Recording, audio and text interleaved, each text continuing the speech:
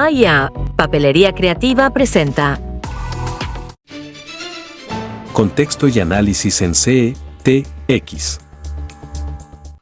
El pasado 1 de septiembre, Petro admitió que había sobrepasado los topes electorales y por tal motivo que el juicio político por indignidad está vivo y lo puede sacar de la Casa de Nariño.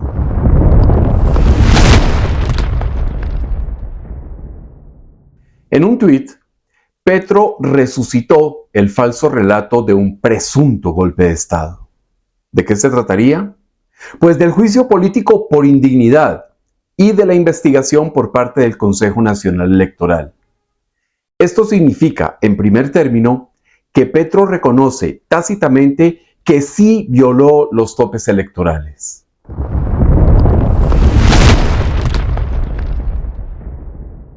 Además, dejó en evidencia que las trampas ejecutadas por él y por su equipo para la financiación de la campaña son suficientes para la activación del artículo 109 de la Constitución, es decir, para la pérdida del cargo por indignidad.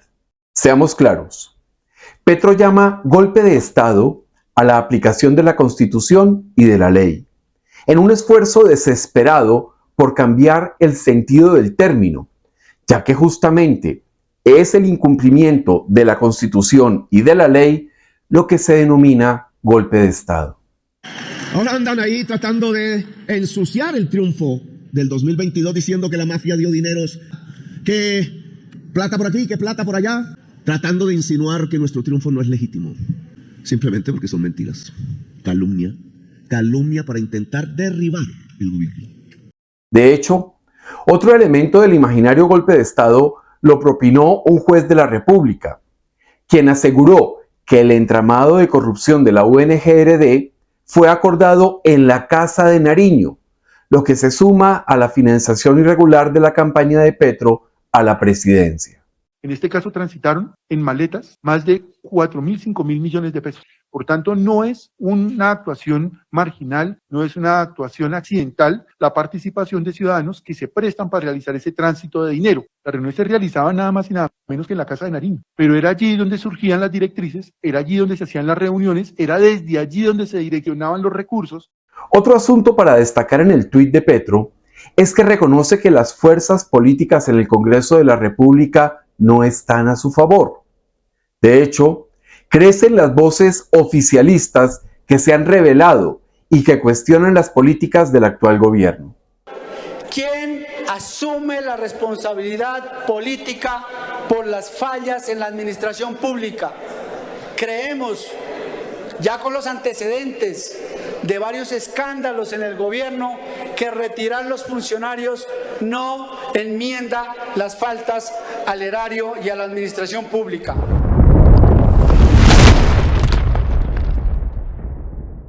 Dice que quien va a expropiar, quien va a hacer toda la carrera administrativa, va a ser la Agencia Nacional de Tierras. Y posteriormente sí va a ser una acción judicial.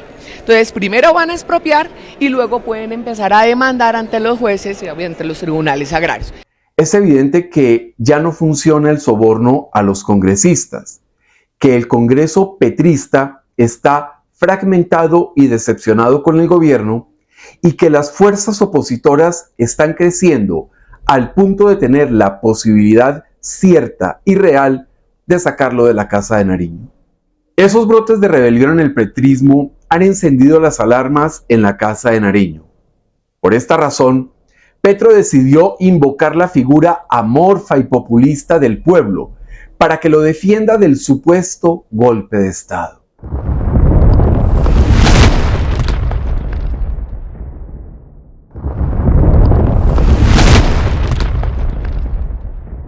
Por lo anterior, Petro habla de que no será una votación parlamentaria de sus enemigos para sacarlo, sino que será una lucha popular.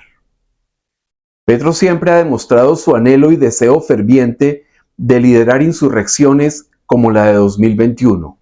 Es su ADN. Pero además eso de hablar de enemigos, de fuerzas parlamentarias, en un país que no tiene parlamento sino Congreso de la República, muestra el desespero del presidente ante su inminente salida.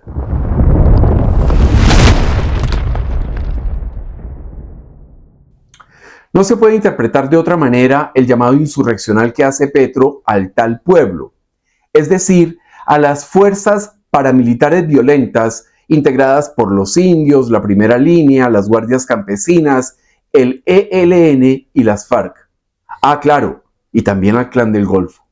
Además, su llamado incluye a los universitarios, que votaron por él en una muestra de profunda estupidez, y ahora los convoca para que defiendan el proyecto fallido que presuntamente lidera. Pero ahí la cosa tampoco se ve bien. De hecho, una de las fuerzas decisivas para que Petro llegara a la presidencia fueron los maestros de FECODE, ese partido político muy de izquierdas, quienes amenazan con un paro por cuenta de las ocurrencias del presidente en materia de salud. Hay que decir que desde el 1 de mayo del 2024 se cambia el modelo de atención en salud para los maestros de Colombia. Desde ese momento hemos venido padeciendo una serie de incumplimientos en varios temas que tienen que ver con la salud del magisterio. Uno de ellos es que no se quiere la contratación de la dispensación de los medicamentos en ninguna de las comunidades. Si nosotros no tenemos solución a las peticiones que se han plasmado en un documento que se le entregó al señor ministro de Educación, si realmente no hay una solución, nosotros tendremos que llamar a nuestros afiliados a un paro indefinido. La victimización es un recurso retórico muy peligroso, porque se desgasta con rapidez cuando se utiliza en exceso. Así las cosas, posar de víctima por sus propios abusos es un insulto a la inteligencia de los pocos colombianos que todavía le creen. En solo una semana se declaró víctima de la oligarquía. También dijo ser víctima de un golpe de Estado y hasta víctima del intercambio escolar de su hija menor. Ese abuso extremo del pobrecito yo deja inutilizado el recurso y lo ubica en la fábula del pastorcito mentiroso.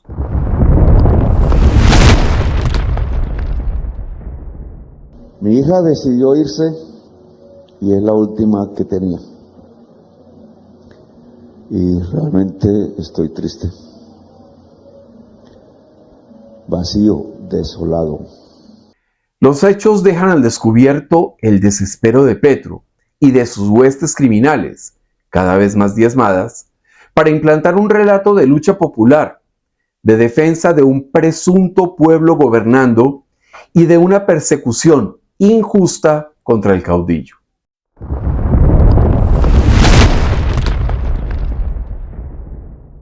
La realidad es que Petro sobrepasó los límites éticos y legales en la financiación de su campaña y por eso está a puertas de un juicio político por indignidad. Es más, Petro y su banda conocían la ilegalidad de la financiación e incluso intentaron borrar de un plumazo el artículo 109 de la Constitución.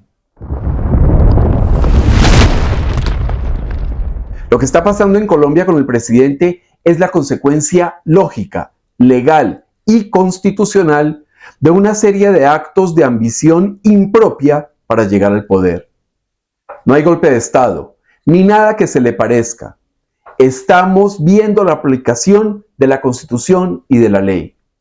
Sin embargo, todavía quedan colombianos que siguen viviendo en esa estupidez colectiva que llevó a Petro a la presidencia y juran a pies juntillas que hay un golpe de Estado en proceso. Pobrecitos. Necesita un cuaderno y un bolígrafo de última hora. ¿Se le olvidó el regalo? ¿Se acordó de las fotocopias o de las impresiones y ya es tarde? ¿Está sin el seguro obligatorio para su vehículo? Papelería Creativa A&A es su centro de soluciones. Aquí encontrará los útiles y los regalos que necesita, todo con la mayor calidad y el mejor servicio. Papelería Creativa A&A es su centro de soluciones. CTX, la contundencia de los hechos.